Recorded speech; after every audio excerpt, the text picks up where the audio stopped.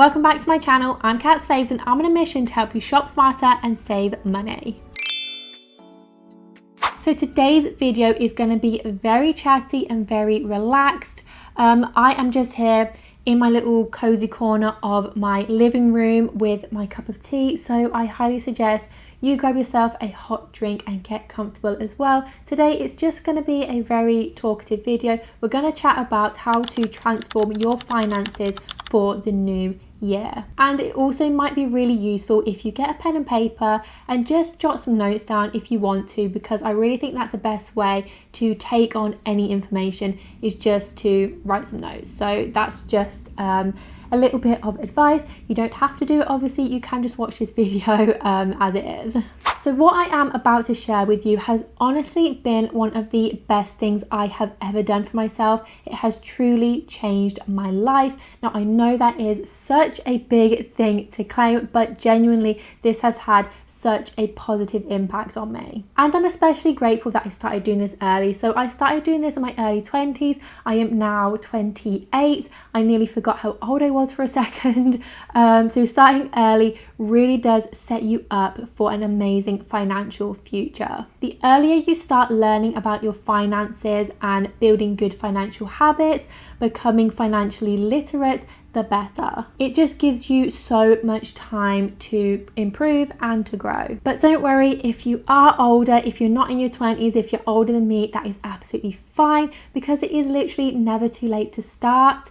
This is something that anybody can do, and honestly I always think that the best time to start anything is literally today. It doesn't matter about the past, it doesn't matter about what's been and gone. The best time to start anything is today. So today we're going to be covering the basics of building a solid financial foundation. Just like a house, if it doesn't have a strong, solid foundation, everything else can crumble. This really is the most important step to being good with your finances. So this is a really important first step, and I really recommend that you don't skip it. So let's just get straight into it, and I am just gonna apologize in advance that I am kind of going to be looking up and down here and there, because I've got all of my notes written out on my laptop. There are so many notes here. I've done so much research, so I do apologize if it looks like I'm not looking at you, and I am just looking down quite a lot because I need to read through my notes. I've already filmed 2 videos today, so it's the 3rd video I'm filming. I feel like my voice is going, but I'm determined. We're going to get it done. We're going to get it done because I'm on a mission to help you guys. So let's just dive in. In this video, we are going to be talking about budgeting, saving, and most importantly, how to build your emergency fund. And I'm going to go well into depth into the emergency fund a little bit later. So these really are just the first steps that will set you up for financial success no matter what your current financial situation is. And honestly, I can speak from experience because I started from scratch as well. There was a time when I wasn't saving anything. I was living paycheck to paycheck, spending whatever I made. It stressed me out to no end. Just thinking about money would give me such extreme anxiety. I didn't understand how finances worked. I honestly didn't even know what investing was. To me, this was just like some completely foreign thing. But trust me, you really can make a difference. I started with these really simple steps and it snowballed into better habits and a much more secure financial future. So if I can do it, you can do it too. Quick disclaimer, I am not a financial advisor. This is not financial advice. These are just steps that worked for me and I want to share with you. These are literally just tips from one person to another. This is not financial advice. Okay, so let's get into the emergency fund. This is going to be your first financial goal. An emergency fund is essentially money that you set aside for emergencies. Things like if your car breaks down, if your washing machine breaks, an unexpected vet bill, or worst case scenario, you lose your job. The key here is that it is for emergencies only. So a couple of years ago, I actually did lose my job due to no fault of my own. It was like money issues in the business. They did say that I had done nothing wrong. I did my job perfectly fine. I did my job exactly how they told me to do it. they basically just didn't need me anymore. So they let me go and I was left with no job, no income and bills to pay. At the time I lived on my own. But luckily at the time I did have an emergency fund of about 3 months expenses. So when people say they are building an emergency fund, that is not for things like going shopping for a new wardrobe. That's not an emergency, okay? So we're talking about life's unexpected big expenses. So how much should you save for your emergency fund? This honestly depends completely on your own personal financial situation, but the general rule of thumb is to save 3 to 6 months worth of basic living expenses. So your living expenses are going to be things like rent or mortgage and all of your bills, and you can include food in there as well because food is obviously an essential. So yeah, basically it's your absolute essentials. So for example, imagine that you lose your job today. You have just got the call that you have been let go. What are you going to do? You want to be able to live your life without worrying about bills and basic expenses for a good few months, for a good amount of time. How many months should you aim for? Well, it does depend on a few factors from your own lifestyle. So if you have dependents or you have kids, obviously this does affect things as well. You might want to save even more because it's not just yourself you need to worry about, there are other people who depend on you as well. And also consider your own stress levels around money. If you are someone who tends to worry about finances, it might help to have a bigger cushion. So for me, having like 6 months of expenses saved at all times really helps to reduce my anxiety around money, and it just gives me a much better peace of mind. So if you are someone who does get quite stressed about money, if you get stressed that, you know, if you lost your job today, are you going to be okay, basically? Are you going to be mentally okay as well as financially okay? So it is definitely worth thinking about that when you try and figure out how much to save in your emergency fund. So next question, where should you put all of this money? I would highly recommend opening a high yield savings account. The main reason is that this type of account earns you more interest, so you're actually growing your savings while they sit there. If I had kept all of my savings in just a normal bank account, I would have spent more than I saved. But because I put it in a high yield account, the money just grows in the background, and that is honestly a huge win. So do a little bit of your own research on high yield savings accounts. They vary by country and provider, and don't spend too much time doing this though, because the goal is to literally start saving now. Start saving today. So don't let perfection stop you from saving. Don't let trying to find the perfect savings account stop you from saving your money. Okay, so now we're going to talk about budgeting. A budget is basically a plan for where your money goes. You break down your expenses into different categories like groceries, entertainment, bills, and savings goals. Also, any debt you need to pay off as well should also go on there. So the first thing that you want to do is create a plan for building your emergency fund. And once that is complete, you'll move on to other goals like paying off debt, saving for a house, or investing. So honestly, I believe your emergency fund is the most crucial, it is the most important thing to save your money for over everything else. But the key to this is that your budget should reflect your personal priorities. It's about your lifestyle, your values, and what's important to you. That's why budgeting is such a personal thing, because it's never going to be one size fits all. So before I started budgeting, I was honestly terrified to know where my money was going. I didn't want to know. I was just spending here and there, buying things. I had no idea what I was spending on anything. It was honestly just terrible. It was terrible money management. I would not recommend. The moment that I faced those numbers, I was able to create a plan to get my own finances in order. Awareness is honestly the first step to solving any problem. So once I saw where my money was going, I felt empowered to make changes and to improve. I'm here to tell you that you can do the same. Now let's talk about doing a money audit. This is like the Marie Kondo method, but for your finances. So to truly understand where your money is going, you need to see it all laid out in front of you. Start by logging into your bank accounts and download 1 to 3 months worth of statements from all of your different bank accounts. Credit cards, debit cards, literally everything that you have. The more data you have, the clearer picture you will get of your own spending habits. So once you have your statements, it is now time to categorize your expenses. So I suggest breaking your expenses down into 3 categories. So we're going to have the red zone.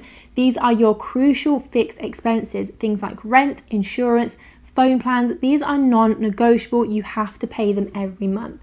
The yellow zone are things that are still necessary, but they're not fixed, like transportation or groceries. These expenses vary month to month, so they are a bit more flexible. And also the green zone. So this is what I like to call play money. Things like eating out, self-care, travel, and personal spending. These are non-essential, and they are the first areas you should focus on cutting back. So now you've got your budget set up and you know exactly where all of your money is going. The next step is to create clear, actionable goals for your emergency fund, stick to your budget, and start saving. Remember, it is literally never too late to start. Then the sooner you do, the sooner you'll see positive results in your life. Let's go through some budgeting basics. So we're going to start with tracking categories. So write down your spending in categories like groceries, entertainment, transportation, etc. for the last 3 months. So you might have in September, you spent £400 on groceries. In October, you spent 360, and November, you spent 375. And this really helps you identify your spending patterns. The next step is to set limits based on your income. So your budget should really reflect both your income and expenses. You need to limit yourself based on the income expense ratio, which we are going to be talking a little bit about later, and your personal values. Some expenses, for example, dining out with friends, might be more important to you than other things, so you want to adjust it accordingly. And remember that budgeting is completely personal. Your budget is tailored to you. It's not about depriving yourself, but about making your money work for you and prioritizing your financial goals, which might be totally different to somebody else's financial goals. It's really important to remember that. So let's go into understanding your income and expenses. So income is your net income after you've paid your taxes. So if you just have one job, you just have one steady income stream, then that is pretty simple. You use that, it's probably going to be the same every month, and that's just your income stream. But for multiple or fluctuating income streams, for example, if you are a freelancer or if you do social media content creation, average your income over the past year. That's a much easier way to do it because it can honestly just fluctuate so much in this industry. Alternatively, you can just use the month with the lowest income as a bit of a safety net. And for your expenses, you want to look at your expenses in categories, as I mentioned earlier: groceries, rent, bills, transport, things like that. I'm sure you can figure out your own expense categories based on your spending habits. And this is how you're going to track where your money goes. You may need to cut back in areas where you're overspending. And when you have it all laid out in front of you, it is a lot easier to see what you can either cut up completely or just cut back on, or even just find cheaper alternatives.